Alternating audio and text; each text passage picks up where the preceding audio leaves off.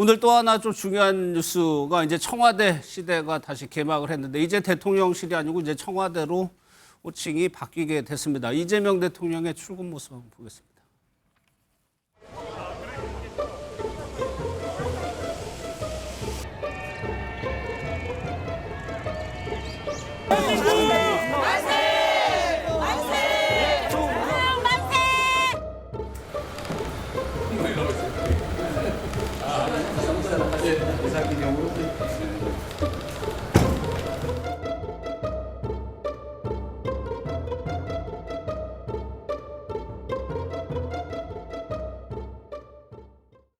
아예 지을 때부터 그냥 무슨 대외 행사용처럼 지은 본관이 성격의 건물이고 굉장히 층고가 높습니다. 그래서 약간 위압감을 주는 구조고요.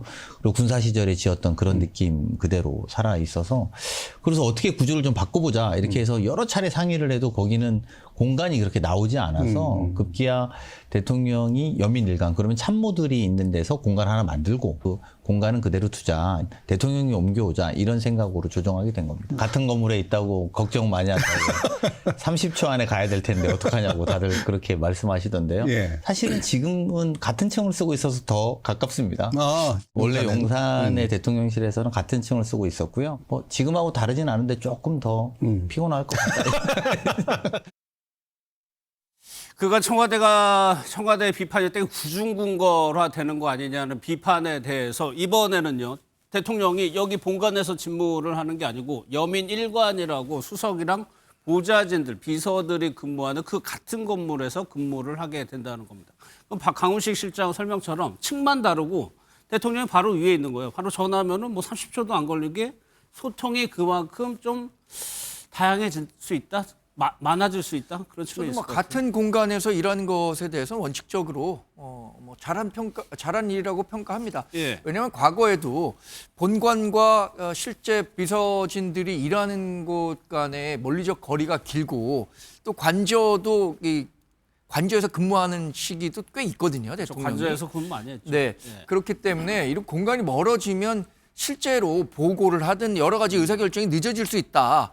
그리고 또 이른바 문고리 권력이라고 해서 대통령과 그렇죠. 면담을 할 수 예, 있는 예. 사람이냐 그렇지 않은 사람이냐 이것에 따라서 또 권력이 왜곡되는 현상도 있었는데 같은 공간에서 일한다면 그런 정도의 그 과거에 좀 문제가 됐었던 부분들은 일정 부분 뭐 해소될 수 있을 것이라고 보고 예. 저는 사실 뭐 청와대로 이렇게 이전하는 것보다는 용산에서 근무를 하다가 본인이 약속했던 것처럼 퇴임을 세종시에서 하겠다고 했으니까 세종시 집무실을 빨리 마무리 지어서 그쪽으로 가는 것이 오히려 곧바로 세종으로? 예산을 예. 뭐 줄이고 이런 부분에 더 도움이 됐을 것 같은데 그러지 않아서 좀 아쉽고 다만 이 청와대에서 그 세종시로 이전하겠다고 한 약속을 임기 중에는 지킬 수 있는 여러 그 제도적 장치들 예.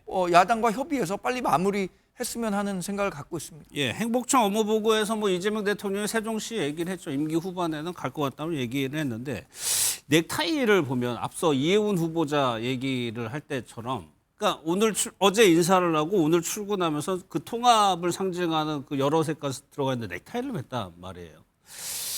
그 같이 지금 국정운영의 방점을 거기다 찍는 것 같기도 하고요. 통합에.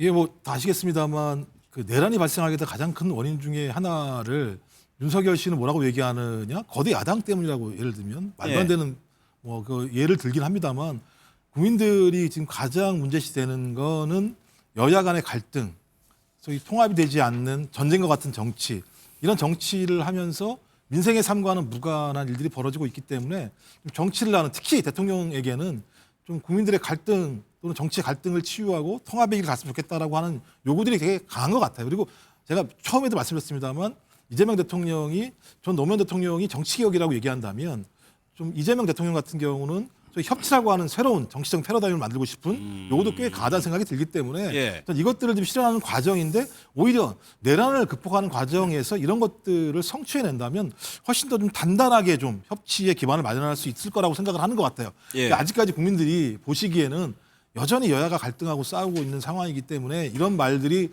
가슴에 다가오진 않으시겠습니다만 어차피 이런 것들도 한 걸음 한 걸음 시작을 해야지만 갈 수 있는 길이기 때문에 저는 그런 하나의 상징적인 의미로서 통합을 의미하는 넥타이를 맸다고 생각을 하고 전 이런 부분에 대해서는 국민의힘 같은 경우도 좀 높게 좀 이해해 줄 필요가 있다는 생각이 들어요. 국민들이 봤을 때 싸우는 정치 좋아하겠습니까?